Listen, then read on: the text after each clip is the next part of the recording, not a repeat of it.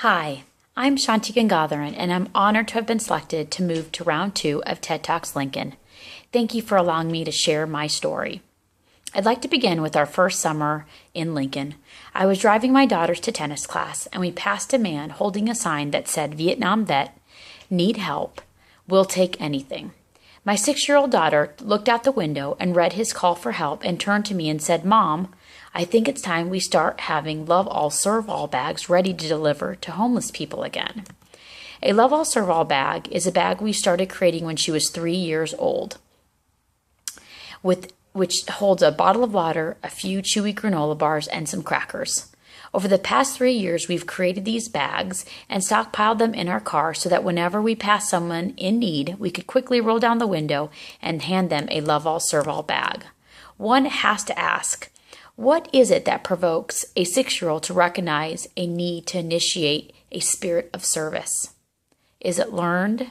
Is it inherent? How did she have this awareness? My interpretation is that this is a ripple effect of how we have harnessed positive aspects of our spiritual heritage and translated this into our daily practice of serving others. This ripple effect goes back 3 generations and started with my grandmother, Rukmini. She is my inspiring grandmother. She was 15 years old when she got married to someone twice her age. At the time of her marriage, India was at its height and was prospering. She expected to live her years as a married woman, receiving everything life could offer. I could tell you about all the amazing things she did in India. However, the part that has made a mark in my life is her time with me growing up. She moved to Colorado with a commitment to help my mom take care of my dad, who was disabled with a brain tumor. In her years with us, she and my grandfather followed most, if not all, of the family traditions in India. Essentially, my house was a mini India, everything from prayers, food, ceremonies, and language. As I look back today, I realize that there are many parts of me that are only present because of the way she led her life. Over the course of the 15 years she was with us, she proceeded to grow blind with glaucoma. You would assume that this prevented her from being a contributing member of our Indian community and family. However, this is the part of her story that has taught me to be resilient. Despite her progressing vision failing, Rukmini made her mark by becoming everyone's grandmother. At that time in Colorado, there were very few Indian families. As the years progressed, people would adopt my grandmother and share life stories, heartbreak, and happiness. Rukmini always picked up the phone, answered the door, and listened. She then would do more than this by cooking up a storm of personal favorites to show her love for her new adopted family member. Why did this make an impression? These outpourings of love via our kitchen did not need to happen, especially when we had an ailing dad, not that much money. We were a family of 6 on my mom's single income, and a partially blind cook. Yet they did, because Rukmini knew that if she poured her love into someone's favorite dish, life would be a little bit better. People would always ask how she could be so giving of her time when she was seeing her own son grow worse and worse over the years, and her response was simple. It would be that it is our duty to help where we can, despite what is happening in our lives. This is a value that I have taken with me through my years of growing up and now into motherhood. I'm very grateful for all that life has provided, and it is a priority for my family to always find a need that we can address with love. This trait has come to me from living with Rukmini. The next generation of this ripple effect is Geeta. She is my amazing mom. She too entered a marriage expecting great things while living in America.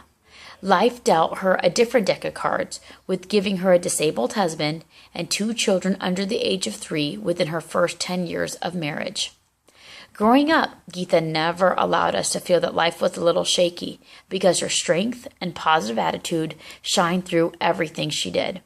This included being a fully present mother, a superstar employee who received rave reviews every year, pursuing education and self-improvement opportunities such as Toastmasters and investment clubs, all while running a household. Many people today complain about their in-laws, but that was not the case in my home.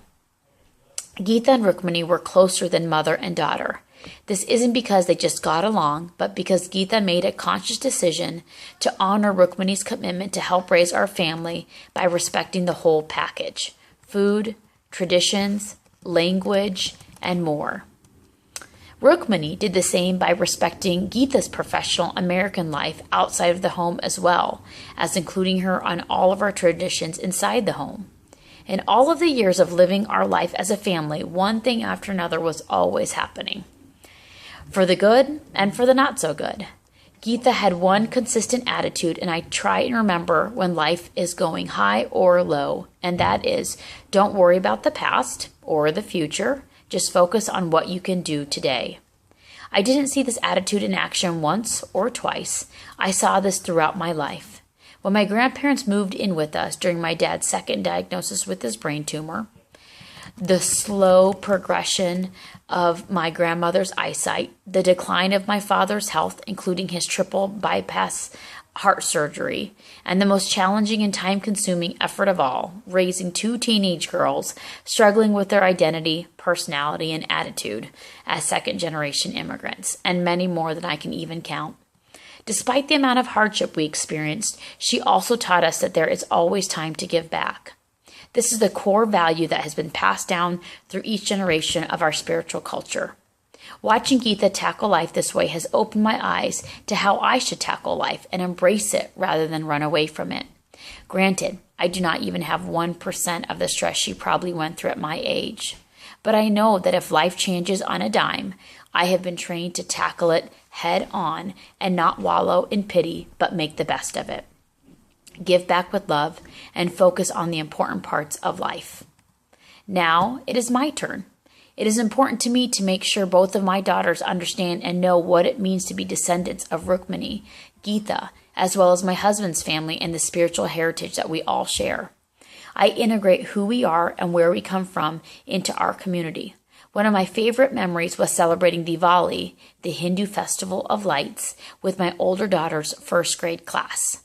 I made sure she was part of the planning, included stories from Hindu epics, and had each child take home a small handmade memento of Diwali.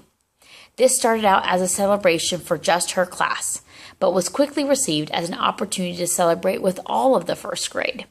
The feedback I received from parents was so warm and welcoming. I hope that this creates a ripple effect by inspiring other children to do the same and celebrate and add to their classroom and community.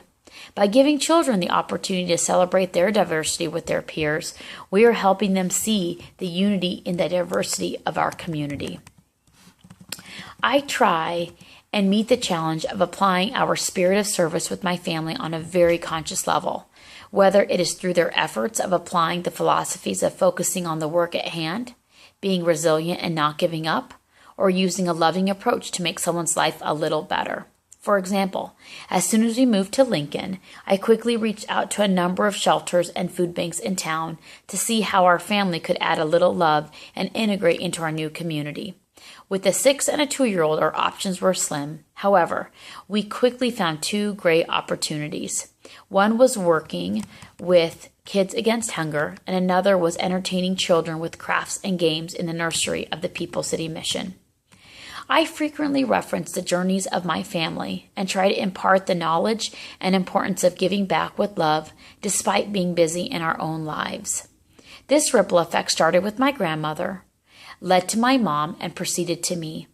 I harnessed my spiritual heritage and learned the value of selfless love. I continue to share this life lesson with my children, hoping they will cause their own ripple effect when they witness a need. The reaction of my daughter to the homeless man in need was a confirmation to me that she has embraced this life lesson. I challenge you to harness your spiritual heritage and create a ripple effect of good in your community. Thank you.